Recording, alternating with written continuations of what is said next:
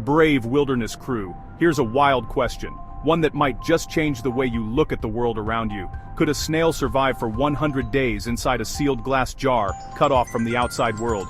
Imagine it, no food deliveries, no fresh air drifting in, and absolutely no help from the outside. Just a glass barrier separating life from the rest of the world. Just a snail, locked in its own tiny world, with only what's inside the jar to depend on. Sounds like science fiction, right? Like something out of a futuristic survival story. But it's a real scientific puzzle, a miniature version of Earth, right there on your table. Our planet is a closed ecosystem, floating in the vastness of space, supporting life with a delicate, perfect balance. Everything we need is already here, cycling endlessly. Can we recreate that same balance in a jar, on a much smaller scale? Can we build a tiny world that works just like our own? And, can a humble snail be the key to making it all work, or will it be the weak link in the chain? For 100 days, the snail would need food, air, and water, all sourced from inside the jar, with no outside input. Every resource must be recycled and reused. Where would it get those? That's where ecology comes in, the science of how living things interact with each other and their environment. It's not just about the snail, it's about the entire community inside the jar, working together to survive. It's about the plants, the soil, the water, and even the invisible microbes we add. Each one plays a vital role in keeping the system alive. Every piece has a job. Plants produce oxygen, soil holds nutrients, microbes break down waste, and water cycles through it all. If one part fails, the whole system could crash. A single mistake could mean disaster for everything inside. This is a high-stakes survival game, where every day is a test of nature's balance and our understanding of life. Today we'll explore the science behind these jar worlds, ecospheres, and discover what it takes to keep them alive. We'll learn how to build one from scratch, what could go wrong along the way, and what it truly takes for life to thrive in a sealed environment, cut off from the outside world. By the end, we'll answer the ultimate question. Can a snail really survive 100 days in a jar, or is it just wishful thinking? Get ready to become architects of a tiny planet, designing your own miniature world from the ground up. We're about to dive into the wild, mysterious world inside a jar, where every detail matters and every life counts. Stick with me for this incredible journey, as we uncover the secrets of survival in a world you can hold in your hands. Let's get down and dirty, and see if nature's balance can keep our snail alive. Be brave, stay wild, we'll be right back. So, what's a closed ecosystem? It might sound like science fiction, but it's actually a fascinating concept you can see in action right on your windowsill. Imagine a box or a jar with everything needed for life: food, water, air, all sealed inside. It's like a tiny world, completely self-contained. Nothing gets in or out, except for one thing: light. Sunlight is the only outside ingredient, and it's absolutely essential. In fact, Earth itself is a giant closed ecosystem, powered by the energy of the sun. Everything we need is already here, cycling endlessly. The water we drink and the air we breathe are recycled over and over, moving through plants, animals, and the environment in a never-ending loop. In our jar, we're building a miniature model of Earth, a living system that can thrive on its own if we set it up right. To do that, we need a team. Plants, the producers, a snail, the consumer, and a few other key players. Decomposers like bacteria and fungi are the recyclers, breaking down waste and dead matter into nutrients. Plants use sunlight to make food and oxygen, turning energy from the sun into life itself. The snail munches on the plants for energy, just like animals do in the wild. Decomposers break down the snail's waste and any dead leaves, turning them into nutrients that feed the plants all over again. It's a perfect circle of life, if everything stays in balance. Too many snails, not enough plants, or too little light, and the system can collapse. Without enough light, plants can't make food or oxygen, and the whole ecosystem suffers. Every part, from the tiniest microbe to the largest plant, has a crucial role to play in keeping the system alive. A closed ecosystem is a delicate dance of survival, where each organism depends on the others. It's a self-sustaining community, locked away from the outside world, yet full of life and activity. Our job is to get the starting conditions just right, choosing healthy plants, the right amount of water, and a balanced mix of creatures. If we do, we'll witness nature's magic in action. watching our tiny world grow and change over time. It's a little piece of the wild, captured in glass, a living reminder of how everything in nature is connected. Let's see if we can make it work, and create our own thriving, closed ecosystem. Time to build our snail biosphere. Start with a large, clear glass jar with a tight lid. The bigger the jar, the more stable your world. Aim for at least a gallon. Begin with a layer of pebbles or gravel for drainage. Add a thin layer of activated charcoal to filter the water and keep things fresh. Next, add 2 to 3 inches of potting soil. Choose slow-growing, humidity-loving plants like mosses or small ferns. Plant them, leaving space for the snail to roam. Mist the soil with distilled or dechlorinated water, just enough to make it moist, not soggy. Find a small garden snail.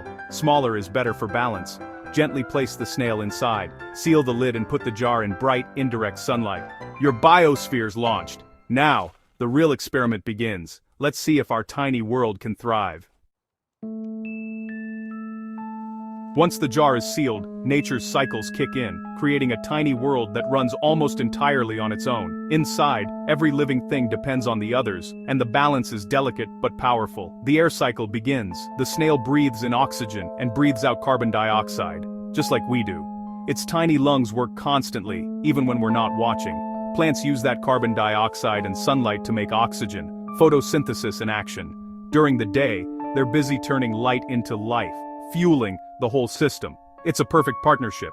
Snail and plants keep each other alive, each providing what the other needs. This teamwork is what makes the jar thrive. At night, plants use a little oxygen too, so jar size matters. If the jar is too small, the balance can tip, and life inside could struggle. The water cycle is always at work. Water evaporates, condenses on the glass, and rains back down, keeping everything moist and alive. You never need to water the jar again. The system recycles every drop, just like a miniature planet. The food cycle keeps things moving. The snail eats plants and decaying matter, then produces waste which becomes food for other tiny creatures. Decomposers break down waste and dead leaves, releasing nutrients for the plants. Without them, the system would quickly fall apart. It's a closed loop, eating, pooping, dying, regrowing. Every stage is essential, and nothing goes to waste. If every cycle works, the system stays balanced. The jar becomes a living example of harmony and resilience. But if one fails, the whole world is at risk. Even a small imbalance can threaten everything inside. That's the challenge and the beauty of a closed ecosystem. Every part is connected, and every day is a test of survival. Every day these cycles keep our snail alive, and the whole jar teeming with life. It's nature's engine, running in miniature, a tiny world powered by the same rules as our own. Let's see if this little world can last 100 days and witness the magic of life in a jar. Even with the perfect setup, danger lurks in the jar. The biggest threat? Lack of oxygen. Too many snails, not enough plants, or not enough light. If plants can't make enough oxygen, the snail suffocates. Food is another risk. A big snail or too few plants, and the food runs out fast. No plants means no food and no oxygen. Mold and rot are trouble too. Too much moisture or dead matter, and mold can take over. Mold competes with plants and can harm the snail. Temperature matters. Too hot, and the jar becomes an oven. Too cold, and everything slows or stops. The key is balance. Right size, right light, right moisture. A healthy ecosphere smells fresh, not foul. Every detail counts in this tiny world. One mistake, and the whole system can collapse. Let's imagine our snail's journey over 100 days. Week 1.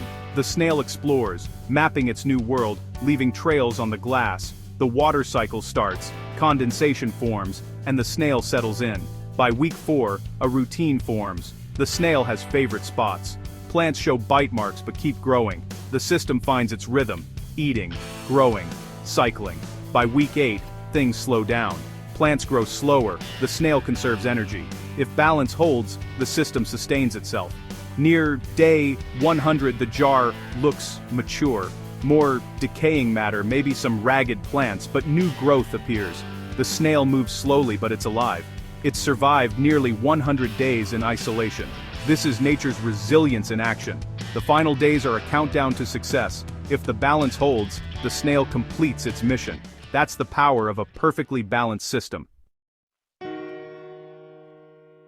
How do we know if our snail is thriving? Look for movement. An active snail is a healthy snail. Check the shell. Strong and growing means good nutrition. A thin or eroding shell is a warning sign. Maybe the environment is too acidic. Plants should look green and growing with some bite marks. Soil should be moist, not swampy or dry. Daily condensation means the water cycle is working. Too much fog or yellowing plants. Trouble. A healthy jar smells earthy, not rotten. These clues tell us if our tiny astronaut is thriving.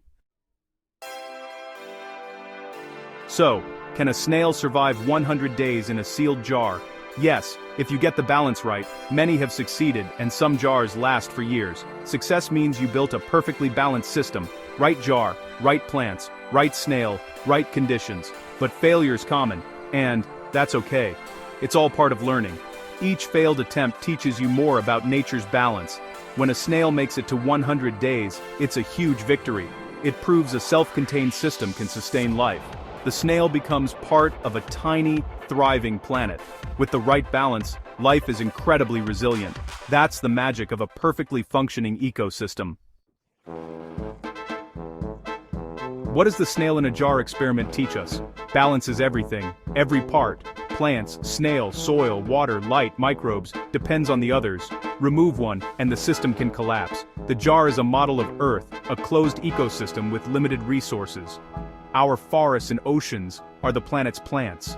We're the consumers. When we disrupt nature's cycles, we risk the balance of our own world.